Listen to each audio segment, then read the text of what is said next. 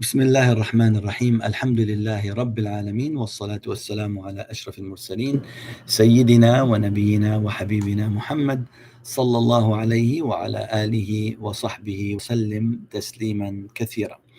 Inshallah ta'ala, I would like to congratulate my Muslim community and also the Muslim Ummah with the blessed month of Ramadan, the beginning of this blessed month that Allah subhanahu wa ta'ala allows His servants to receive this month with strength and with health and with ability to fast. This is a ni'mah from Allah subhanahu wa ta'ala and a blessing that we should appreciate Him and be very grateful for the fact that we have been able to receive it. We're still alive and we received such month in order for us to increase our good deeds. Allahumma ameen. May Allah subhanahu wa ta'ala allow us to have the right intention and to take advantage of this blessed month. Inshallah ta'ala, this will be a daily series on fiqh of fast, questions and answers. Inshallah ta'ala, they intending to make it short so you can just benefit on a daily basis and inshallah pass the information to others. So we're gonna inshallah focus on some of the common questions that usually come during the month of Ramadan. And we'll try to put it in a sequence series, inshallah ta'ala. So the first questions are, what are the prerequisites of fasting? Like, what are the prerequisites? Like, who needs to fast and what are the prerequisites? So in general, we can summarize that the prerequisites are Islam. So a person should be Muslim, right? That's when it becomes an obligation. Second would be puberty, and that is a person reached to the age of adulthood that we called as puberty. So this is again a prerequisite. Third would be sanity, that the person is a sane person, is not a crazy person, is not mentally ill, that they don't have any idea of what they're doing. So it's a sane person. So sanity is a prerequisite, and the ability to fast, meaning that physically or health wise that they are able to fast. And then residence. Residence means that they're locally resided at their place and they're not on travel. So those is in general are the prerequisites of fast or fasting the month of Ramadan. If anyone would ask you what are the prerequisites, these are the prerequisites of who can even be considered to be able to fast and those who are obligated to fast. So it would be a Muslim who is sane, reached the age of puberty, and he is not on travel. And of course, meaning that he's resident and he is able to fast from a health wise, inshallah. So these are the prerequisites. Second question would be, what are the conditions of fasting? What are the conditions of fasting? So the conditions of fasting would be the intention that you are going to fast. This is very important, that you intend to fast the month of Ramadan. Second would be that the person who intends to fast is free from any act that nullifies the fast, such as menstruation for our sisters and post childbirth bleeding, which we call nifas. So those are things that would nullify. So anything that would nullify the fast. So she's a Muslimah, she's able, she's alhamdulillah reached the age of puberty and all the preconditions that we have talked about.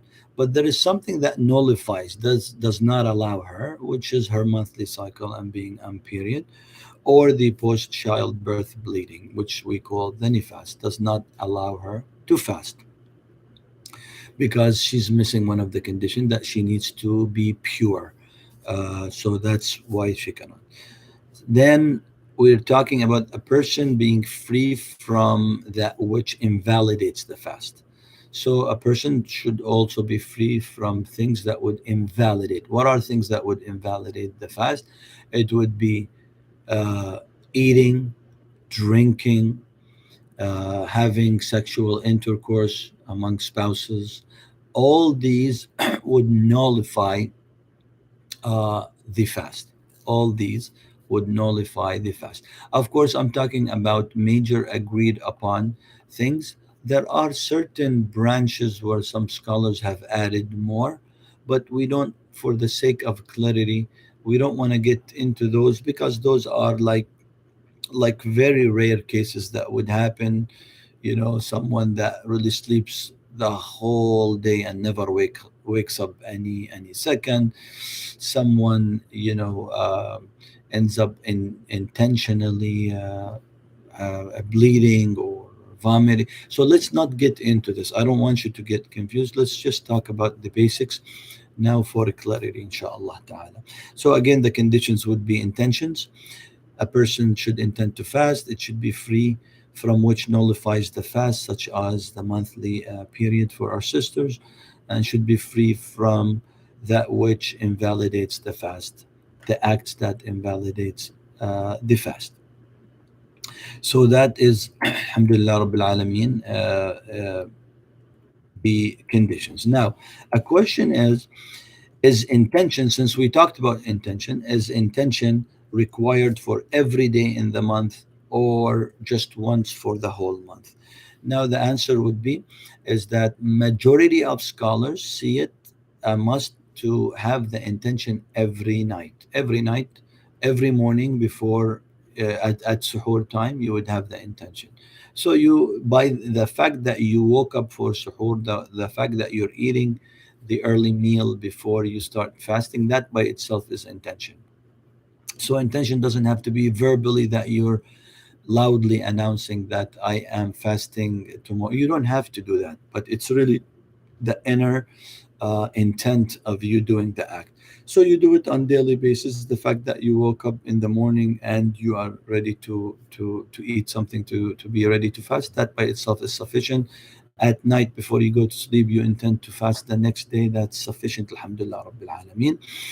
And the Maliki school is with the opinion that, or some scholars have with the opinion that you can just have one intention for the whole month. Inshallah ta'ala, this is something doable that we can do every day. So you become very, inshallah ta'ala, secure that you're doing the right thing. Now, the next question is about kafara. Those who cannot fast and they need to pay like an expiation for their not for the inability or the inability of fasting. The kafara is pertains only to those who are ill with a chronic illness. A chronic, it's always, always, always. So they cannot fast this year, they cannot fast next year, they cannot fast the year after. So with that, Allah subhanahu wa ta'ala relieved them from any sin by asking them to feed a poor person every day. So it's going to be 30 days multiplied every day by one poor person. That's 30 people, and the estimate is to be $8 to $10 per person, which is 30 days times $10, about 300. That's max. It's a little bit less. It's a little bit less. So it's an estimate of $8 per day. However, if you want to pay $10 a day, that would be great. And this person would pay this money to feed people during the month of Ramadan, alhamdulillah Rabbil Alameen, and that should be sufficient, and they are set. However, those who are breaking the fast because of sickness, sisters because of their monthly cycle, brothers who go on travel, or anyone that goes on travel for any reason, a legit reason that people break their fast. For example, pregnant mothers, pregnant nursing mothers, they break the fast. The cautious opinion is for them to plan, to intend to make up those days later on. So do not just resort to the opinion of, okay, I just can pay kafara and I'm done with. No, please plan to go with the majority of scholars that see it fit for the sister to make up those days. Make up those days, inshallah ta'ala. Um, that is it, inshallah ta'ala, for today. We will continue our series of question and answer tomorrow. Jazakumullah khair for attending. May Allah subhanahu wa ta'ala reward you and accept from you all your good deeds. Allahumma ameen, ameen, ameen. Wassalamu alaikum wa rahmatullahi wa barakatuh. See you tomorrow, inshallah.